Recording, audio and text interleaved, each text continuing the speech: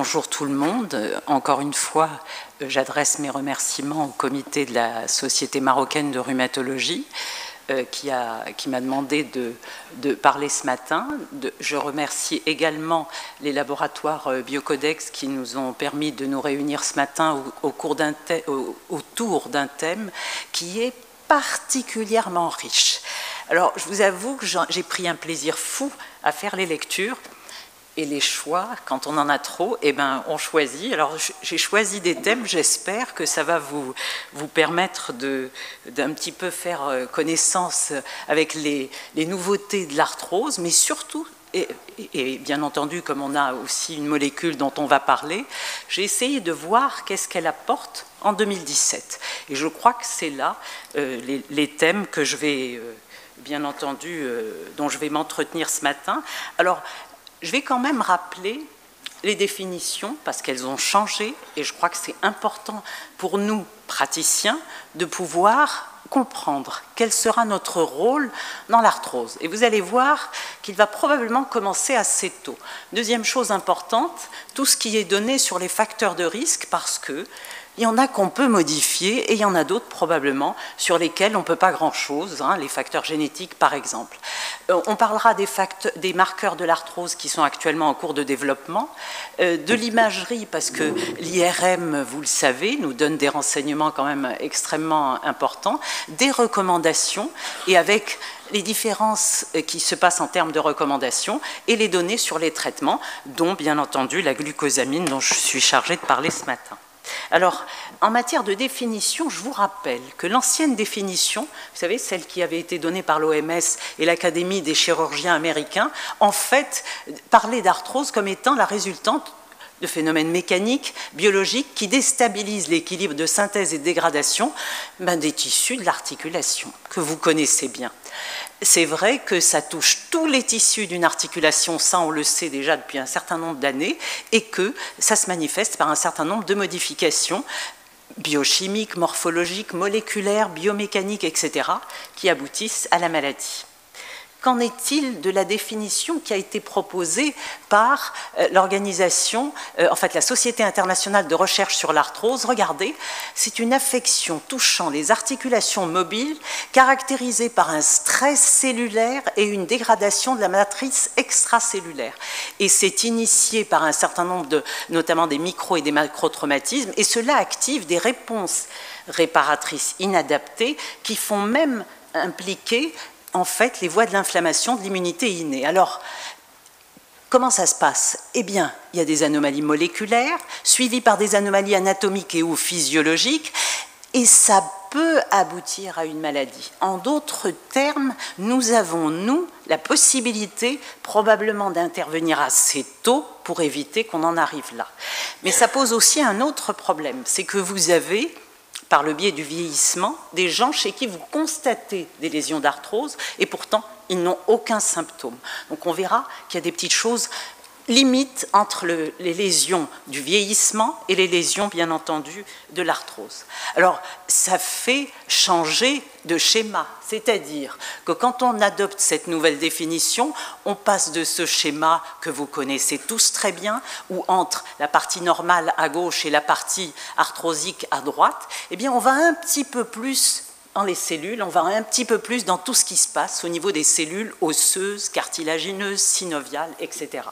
On va voir, évidemment, je ne vais pas vous entrer dans ces détails-là parce que ça nous demanderait pratiquement une autre heure de présentation.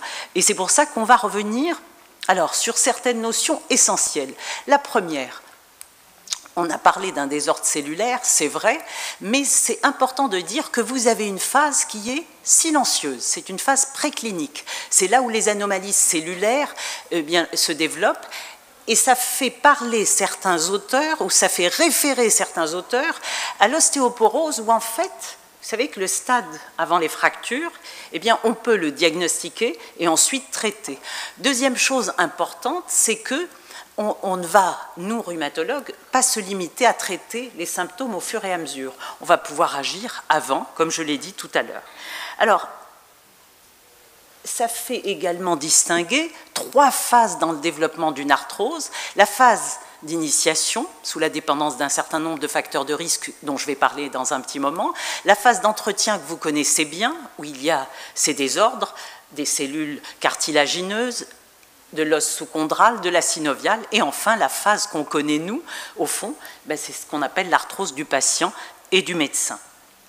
Alors quand on commence par la phase d'initiation, regardez cette plaque que j'aime bien puisqu'elle regroupe ici un certain nombre de facteurs sur lesquels on ne peut pas agir et ceux sur lesquels on peut agir. Alors ceux sur lesquels on ne peut pas agir, c'est vrai, vous le savez tous, c'est l'âge. On sait que cette maladie existe, même chez les plus jeunes, mais qu'avec l'âge, elle a tendance à augmenter. Alors, statistiques américaines, regardez la gonarthrose, la courbe en haut, c'est celle des femmes, du milieu, c'est l'ensemble, et celle d'en bas, ce sont les hommes. Les femmes sont plus exposées, même en matière d'arthrose de la main. Alors, ils ont fait une erreur, hein. Ici, c'est sûr, dans le texte, ils disent bien que c'est les femmes, bien qu'ils aient reproduit les 2 pointillés. Et vous voyez, pareil pour l'arthrose de la hanche, qui est beaucoup plus faible, bien entendu, en termes de fréquence et de prévalence. Alors, l'âge, on n'en discute pas, ça intervient. La race, c'est important, grosse étude. Regardez, les hispaniques, les afro-américains, les autres races et la race blanche. Et vous voyez, les différences sont considérables en termes de fréquence dans un pays comme les États-Unis, où vous avez ici la gonarthrose. Regardez, en noir, c'est quand elle est avancée, symptomatique et avancée, et en gris, c'est quand elle est, bien entendu, à un stade beaucoup plus précoce. Les gènes, la génétique, énormément de travaux, quand vous ouvrez la littérature, vous avez énormément de travaux sur les constituants de la matrice extracellulaire, sur certaines cytokines, TNF-alpha par exemple, etc., interleukine 1-bêta ici, les enzymes, regardez, les métalloprotéases, le nitrique oxyde synthase, et bien entendu également des adipokines comme la leptine et la relation avec en particulier les troubles du poids. Alors l'étude génétique, je n'y reviendrai pas, mais peut-être qu'il y a quelque chose qui va maintenant susciter énormément de discussions et de travaux, c'est l'intervention de l'épigénétique. Alors vous savez que l'épigénétique, juste pour résumer, vous savez, c'est le concept en fait qui fait dire que certaines de nos données génétiques, certains de nos gènes, sont modulés par le contexte. C'est-à-dire que selon qu'on est sous l'effet d'un stress ou pas, les gènes vont réagir différemment, bien entendu. Et vous avez ici cette intervention de l'épigénétique. Cet auteur a fait une revue relativement fantastique là-dessus. Elle peut altérer les phénotypes cellulaires et la progression, et entraîner la progression de l'arthrose. Et à ce propos, je voudrais parler un petit peu de la sénescence cellulaire. Et vous savez que nos cellules vieillissent, qu'il y a un certain nombre de facteurs qui font, mais on ne va pas entrer dans le détail, et qui font que ces cellules qui vieillissent sécrètent justement des substances qui constituent ce qu'on appelle les SASP ou SMS, hein, ça n'a rien à voir avec celui du téléphone, c'est Senescence Messaging Secretum, c'est un ensemble de substances, et qui avec les cytokines de l'environnement vont faire que ça évolue vers l'arthrose. Alors il y a aussi un phénomène qui est extrêmement important, qui a valu un prix Nobel en octobre, je suis sûre que vous en avez tous entendu parler, octobre 2016, c'est un Japonais, alors je ne sais pas si je dis bien son nom, Yoshumi ou Yosumi, qui a parlé de ce qu'on appelle l'autophagie. En bref, nos cellules, et en particulier, vous savez que dans le cartilage, il y a un seul type de cellules, elles ont tendance un petit peu à se nourrir de leur propre substrat. En d'autres termes, elles utilisent certains de leurs substrats qu'elles envoient dans une espèce de station, on va parler d'épuration, les lysosomes, et elles réutilisent certains des substrats que les lysosomes leur libèrent. Eh bien, on s'est rendu compte que dans l'arthrose, cette capacité justement qu'on appelle l'autophagie, est perdu par les cellules et donc ça intervient également dans la survenue de l'arthrose ou en tous les cas de l'aggravation des lésions de l'arthrose. Alors je vous rappelle que les mécanismes épigénétiques sont variés, mais là aussi je ne rentrerai pas dans le détail puisque ça demanderait énormément de temps pour discuter de cela. Un autre facteur, et on l'a vu, mais modifiable cette fois-ci, l'intervention de certains troubles métaboliques. Alors, vous avez des travaux qui sont très contradictoires là-dessus. Je ne suis pas revenue sur, bien entendu, le syndrome métabolique pour une raison très simple, c'est qu'on a consacré une présentation à l'obésité et à l'intervention du tissu adipeux sur l'arthrose. Je me souviens bien au congrès de la SMR d'il y a 2 ou 3 ans, et je pense qu'on avait fait appel à toutes les données qui concernaient justement l'arthrose. Mais, grosse étude, plus de 19 000 cas comparés à des contrôles en Grande-Bretagne, chez des sujets âgés de 30 à 89 ans, et où on a découvert que le risque d'arthrose est important s'il y a une hyperlipémie et en particulier une hypercholestérolémie. Regardez l'ensemble, on a un odds ratio de 1,37 et chez les plus jeunes, c'est encore plus élevé. Avec, bien entendu, le fait que quelle que soit la durée du trouble métabolique et le traitement qu'ils prennent par statine, l'arthrose est là chez les plus jeunes quand ils ont de l'hypercholestérolémie.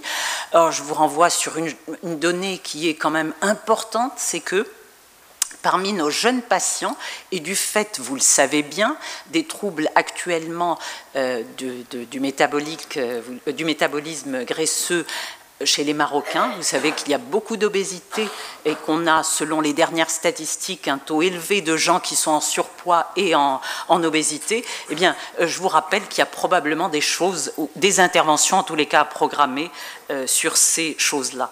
Alors, je parle, c'est pas pour détailler cette diapositive, mais là, je vais aborder les marqueurs, et vous le voyez aussi bien, les marqueurs de synthèse que de dégradation, qu'il s'agisse du cartilage, qu'il s'agisse de l'os ou de la synoviale, ils sont en plein développement. Il y a énormément d'études menées actuellement, et cette diapositive était là pour vous dire, puisque cet auteur en a fait le listing, vous le voyez, il y a énormément de travaux sur tous les constituants de ces tissus, en sachant que certains sont faits dans le liquide synovial, d'autres dans les urines, d'autres dans le sang, et qu'on va probablement avoir des données intéressantes. Alors, ce qu'il faut aussi souligner, c'est que vous avez énormément de travail sur les phénotypes de l'arthrose qui sont en train d'être faits par certains groupes, et on sait que parmi les phénotypes, outre le phénotype métabolique, on en a un petit peu évoqué un mot, le phénotype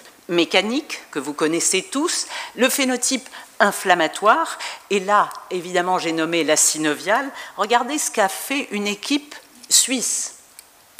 Cette équipe suisse a tout simplement, dans certains cas d'arthrose, dans les groupes d'arthrose qu'ils ont au service du genou, qu'ils suivent, vous voyez, doser l'interleukine 17 dans le liquide synovial et dans le sérum. Et ce qui ressort, c'est que quand on a un taux d'interleukine 17 élevé, et en particulier lorsqu'il est élevé, regardez, dans le liquide synovial, eh bien ça donne un phénotype qui va développer moins d'ostéophytes, moins d'ostéosclérose. Donc il y a un petit peu, ça rejoint l'impression que vous avez dans certaines arthroses, vous savez, qui sont un petit peu rapides en termes de destruction et qui ne donnent pas le temps aux ostéophytes d'apparaître, et que vous avez évidemment le cartilage qui est détruit beaucoup plus rapidement. Est-ce que ça va est-ce que ça va nous conduire à faire appel à des biologiques pour traiter? Je pense qu'il est encore trop tôt pour en parler, mais c'est peut-être intéressant de présenter ce type de travail puisqu'il concernait un nombre non négligeable de patients. Alors, éléments sur lesquels maintenant je vais également intervenir puisque j'ai fait la transition par le phénotype et la radiographie, c'est l'imagerie. Et j'ai trouvé très intéressant de vous rappeler ce travail de Wang, qui est de la fin 2016. Ce monsieur a tout simplement fait une étude des ostéophytes. Et en fait, l'ostéophyte que l'on considère comme banal, qu'on rencontre à plusieurs reprises sur les examens d'imagerie, eh bien, il a typé les ostéophytes en extra-rachidiens, en vertébraux, certains sont marginaux, d'autres centraux, d'autres périostés et synoviaux, notamment par leur situation intra-articulaire, et enfin d'autres capsulaires. Mais surtout, il les a classés en 3 types. Premier type, c'est le véritable ostéochondrophyte qui dérive évidemment de la zone de la jonction ostéochondrale.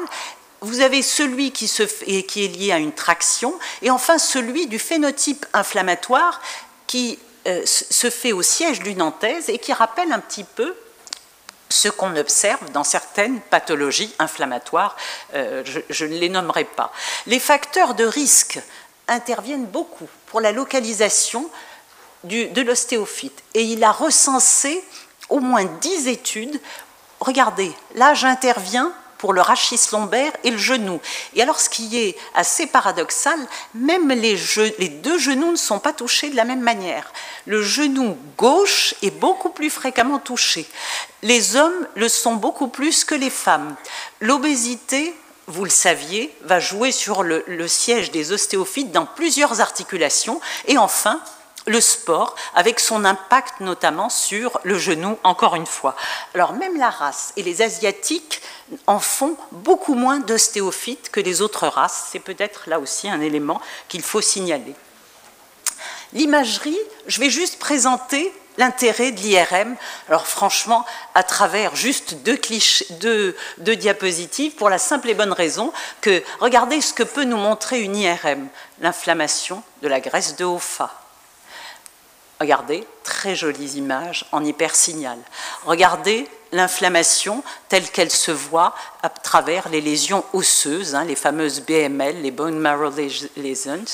Bien entendu, l'atteinte de la synoviale que vous voyez sur toutes ces zones avec des épanchements qui sont un petit peu mieux précisés ici et avec, bien entendu, l'intérêt de pouvoir, grâce à l'IRM, dire quelle est au fond la structure qui souffre, parce que des fois vous avez des genoux qui sont douloureux, peu de choses à la radiographie, et vous avez besoin de pousser un peu plus loin pour voir ce dont il s'agit.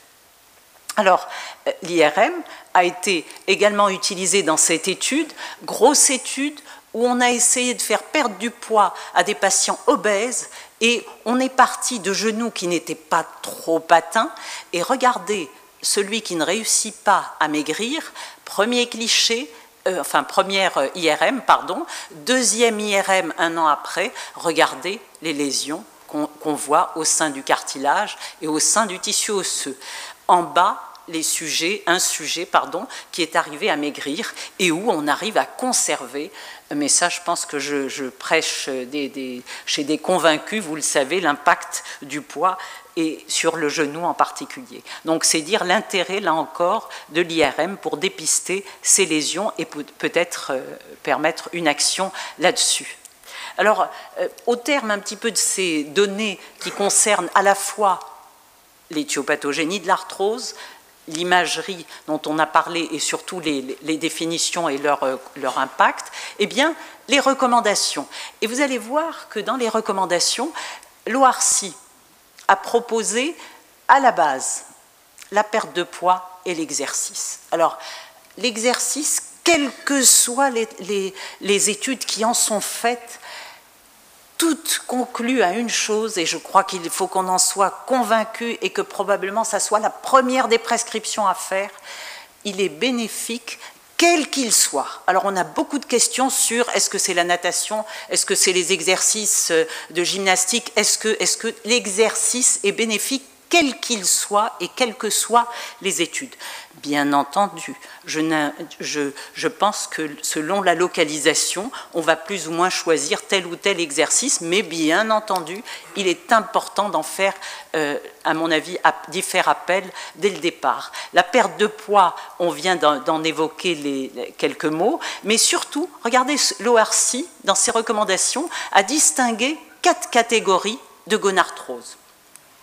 La gonarthrose sans comorbidité est isolée, celle qui est associée à des comorbidités, celle qui est intégrée dans un contexte de polyarthrose, avec comorbidité et sans comorbidité. Et vous voyez les traitements quand on s'intéresse à la gonarthrose sans comorbidité, eh bien, on va faire appel à des traitements locaux, on va faire appel à des anti-inflammatoires non stéroïdiens et évidemment à d'autres analgésiques, du Loxétine, paracétamol ou acétaminophène, c'est l'appellation américaine. Selon qu'on a des comorbidités, cela va exclure évidemment un certain nombre de produits et en particulier les anti-inflammatoires non stéroïdiens. Dans l'autre volet, il y a pareil, on fait appel à un certain nombre, là aussi, de thérapeutiques qui ressemblent un petit peu à celles du premier groupe. Mais regardez celles de Lecce qui ont été éditées en 2016.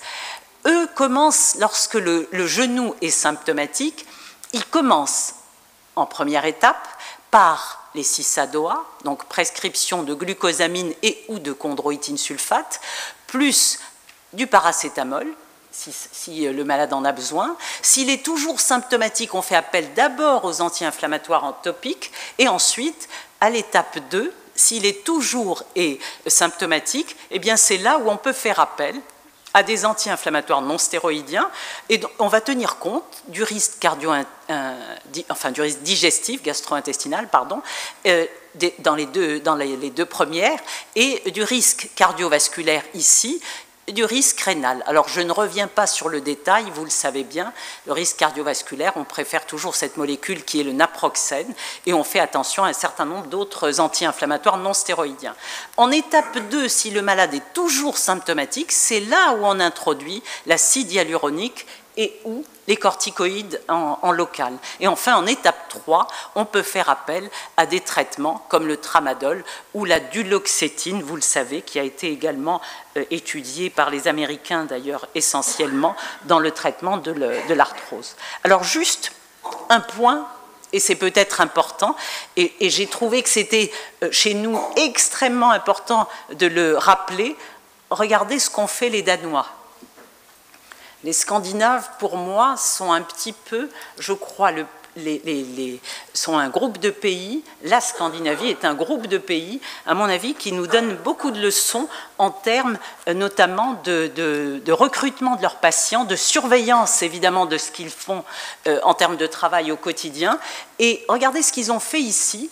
Ils sont partis d'une étude où ils ont tout simplement pris un groupe de patients arthrosiques et ils leur ont délivré un programme de rééducation. Évidemment, effet positif sur la douleur, grâce à l'étude du VAS, effet positif sur ce qu'on appelle l'indice KOUS pour la gonarthrose et OUS pour la hanche. Et regardez, ils ont ensuite étendu ce travail à tout le Danemark. Et vous avez pratiquement dans tout le Danemark 6 équipes, 6, oui c'est ça, qui ont mis en marche ce qu'ils ont appelé le good life avec l'arthrose, c'est-à-dire donc la qualité de vie, la bonne qualité de vie avec l'arthrose au Danemark. Et ça a été quelque chose dont ils ont tiré bénéfice dans tous les cas. Je crois que ça mériterait en particulier qu'on y fasse appel. Alors ça c'était pour vous rappeler essentiellement l'impact et l'importance des exercices. Deuxième type de traitement dont je vais parler rapidement, ce sont les traitements locaux parce qu'ils connaissent des développements. Le chitosan, je vous rappelle que le chitosan est très développé par l'équipe des Belges, d'Yves Enrotin en particulier. Et vous le voyez, c'est un polymère, vous savez qu'on extrait de la chitine, c'est la carapace des crustacés.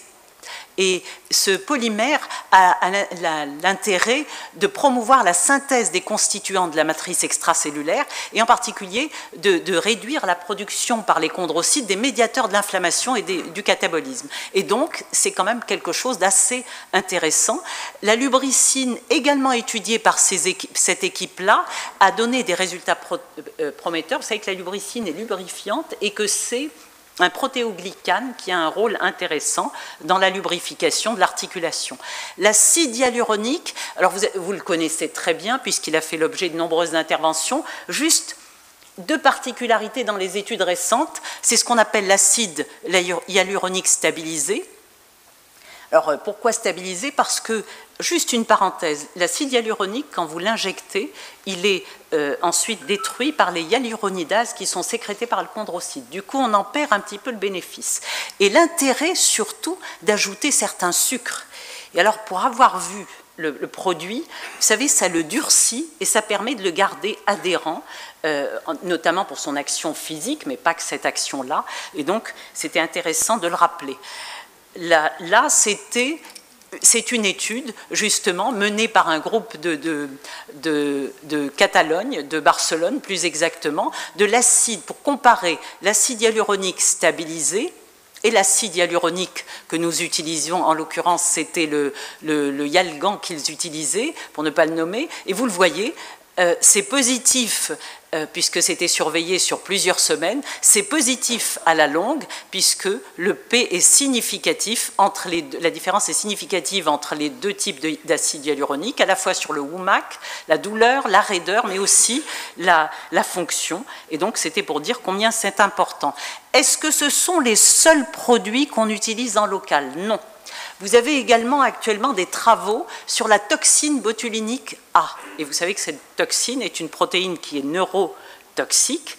Vous savez qu'elle est libérée par les bactéries du genre Clostridium, vous le savez, et qui est responsable évidemment d'infections qui peuvent être très graves. Et vous savez que cette toxine botulinique A est donnée pour son effet analgésique, et en particulier dans les arthroses qui sont très évoluées et non opérables. Et ça a de l'intérêt. Alors, vous le savez mieux que moi, certains de nos patients sont tellement à un stade avancé et on ne peut pas les opérer, que peut-être ça peut être une alternative pour les aider à supporter une telle pathologie.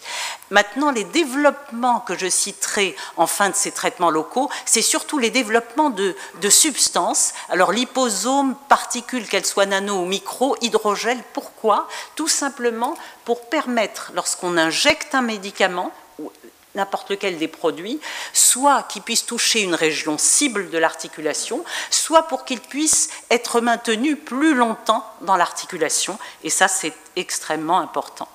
Alors, évidemment, je n'ai pas oublié le plasma, riche en plaquettes. Il fait l'objet de beaucoup de travaux et j'ai trouvé intéressant de vous projeter cette analyse de 18 essais contrôlés randomisés, 15 sur le genou et 3 sur la hanche, le premier ayant été fait en 2012, qui compare le PRP et l'acide hyaluronique, mais avec une grande variété de protocoles, ce qui fait qu'on a évidemment du mal à faire des interprétations. Toujours est-il que ça a un effet symptomatique sur un an, surtout chez des sujets jeunes avec une arthrose peu évoluée, qu'il n'y a pas d'études sur l'effet structural du plasma riche en plaquettes et qu'on ne peut pas donner de conclusion définitive.